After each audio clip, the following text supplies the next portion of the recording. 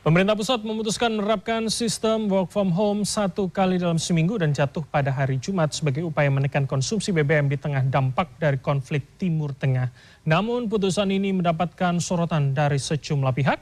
Sebagian menganggap bahwa hari Jumat yang berdekatan dengan akhir pekan malah akan berpotensi menjadi libur panjang. Lalu bagaimana seharusnya penerapan kebijakan ini dapat berjalan dengan baik? Dan untuk membahasnya sudah bersama kami dua orang narasumber, yakni pertama tenaga ahli utama KSP Yusuf Hakim Gumilang, serta anggota Komisi 2 DPR RI fraksi Partai Kebangkitan Bangsa Muhammad Kozin. Assalamualaikum, selamat sore Mas Yusuf, Gus Kozin. Waalaikumsalam. Ya, assalamualaikum Mas Bram, Gus Kozin. Ya. Waalaikumsalam, terima kasih para narasumber sudah berkenan bergabung. Langsung saja saya ke Gus Kozin terlebih dahulu. Anda sudah menyebutkan di banyak media ini berpotensi Jumat menjadi long weekend begitu Gus. Jadi apa dasar Anda meresahkan hal ini Gus? Iya, yang pertama hal yang ingin dicapai oleh pemerintah terkait dengan kebijakan WFH ini adalah penghematan ya atau kontrol terhadap konsumsi BBM kita sebagai bagian dari fast respon terkait dengan adanya konflik atau geopolitik Timur Tengah seperti itu. Nah, kenapa kami mengkhawatirkan? Ini tentunya kritik kami, masukan kami sebelum kebijakan ini dikeluarkan, bahwa hindari akhir pekan dan awal pekan antara Jumat dan Senin, karena secara psikologis itu nanti akan dianggap bagian daripada long weekend. Tapi itu beberapa hari sebelumnya. Saat ini keputusan sudah diambil. Mari kita berhusnuzon bahwa apa yang diputuskan oleh pemerintah ini sudah melakukan beberapa kajian, mitigasi, dan beberapa pertimbangan. Mudah-mudahan kekhawatiran kami tidak terjadi. Itu yang pertama.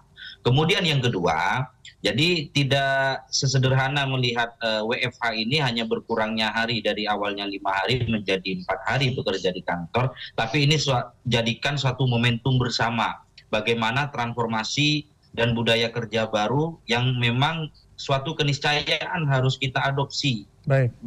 Di beberapa negara lain juga melakukan hal yang sama. Jadi pola kerja hybrid, pola kerja digital itu sudah suatu keniscayaan. Baik, jadi Gus, sekali lagi kita tidak melihat sesederhana. Ya, gimana?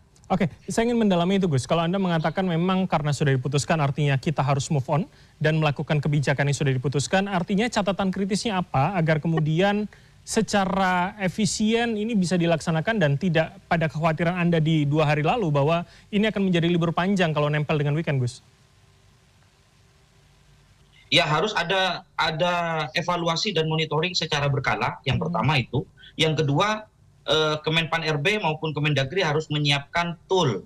Tool ini adalah parameter atau satu alat ukur untuk mengukur basis kinerja yang menghasilkan output dan outcome yang jelas bagi ASN. Kalau tidak menggunakan WFH, misalkan seperti yang aktivitas sehari-hari, alat ukur yang paling sederhana dan paling dasar itu adalah absensi kehadiran. Hadir atau tidak, telat atau tidak. Tapi dengan WFH, alat ukurnya akan menjadi lebih kompleks. Apakah kemudian alat ukur itu menggunakan GPS tracking untuk kendaraan? Bagaimana kalau dia berkegiatan tanpa menggunakan kendaraan? Kan bisa saja. Apakah alat tracking itu digunakan di handphone misalkan? Ini yang perlu kita perdalam dan kita siapkan betul. Jangan sampai WFH ini bisa menjadi WFA.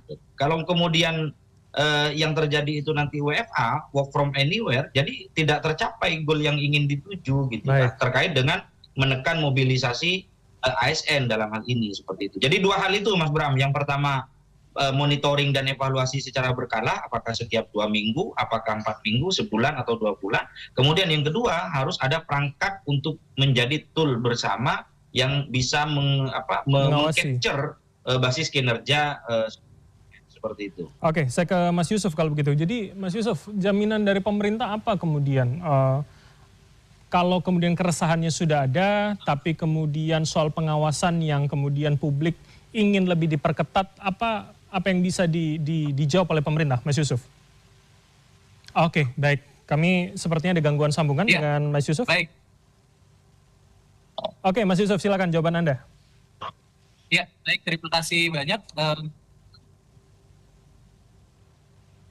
dan Gus izin, semoga bisa mendengar suara saya dengan jelas. Silakan. Memang jelas. kebijakan work from home ini adalah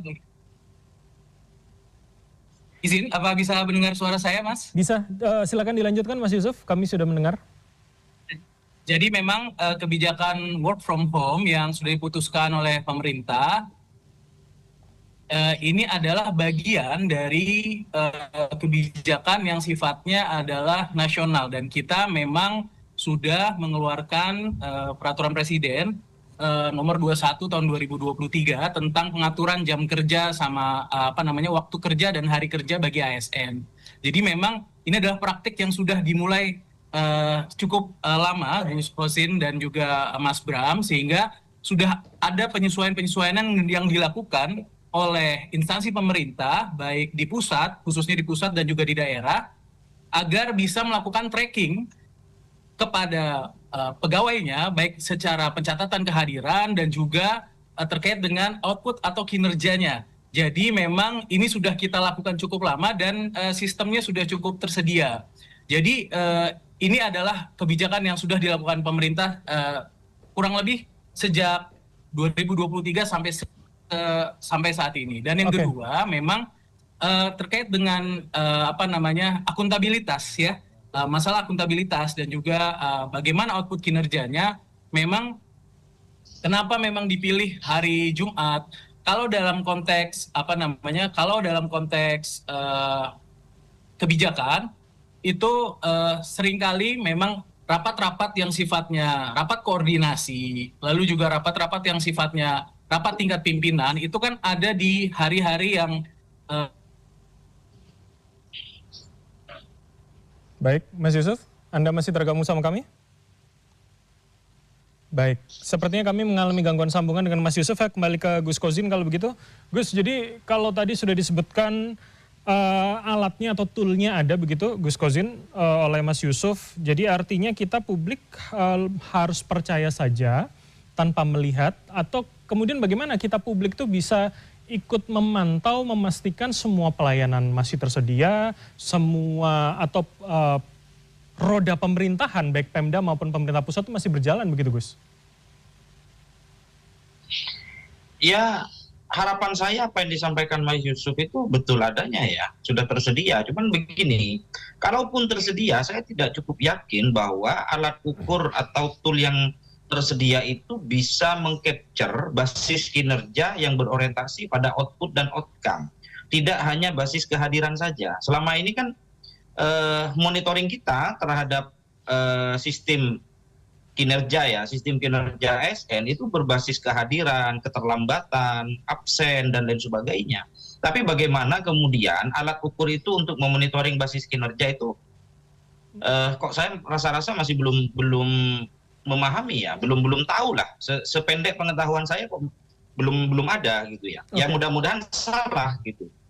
Baik. Jadi sekali lagi, karena begini Mas, dengan konsep WFH ini tidak sesederhana kemudian ASN kita trace, oh ini ada di rumah tidak keluaran, atau dia on call gitu kan, HP-nya aktif. Lah kemudian pertanyaannya, HP aktif atau standby di rumah kalau tidak ngapa-ngapain kan buat apa juga gitu kan. Makanya tool yang mendesak ini adalah yang bisa memotret basis kinerja seluruh perangkat ASN, baik di kantor maupun di luar kantor. Itu yang paling penting. Baik, saya kembalikan ke Mas Yusuf. Mas Yusuf, Anda sudah bergabung kembali bersama kami, Mas Yusuf? Baik, Mas Yusuf, jika sudah boleh kameranya dinyalakan, Mas Yusuf.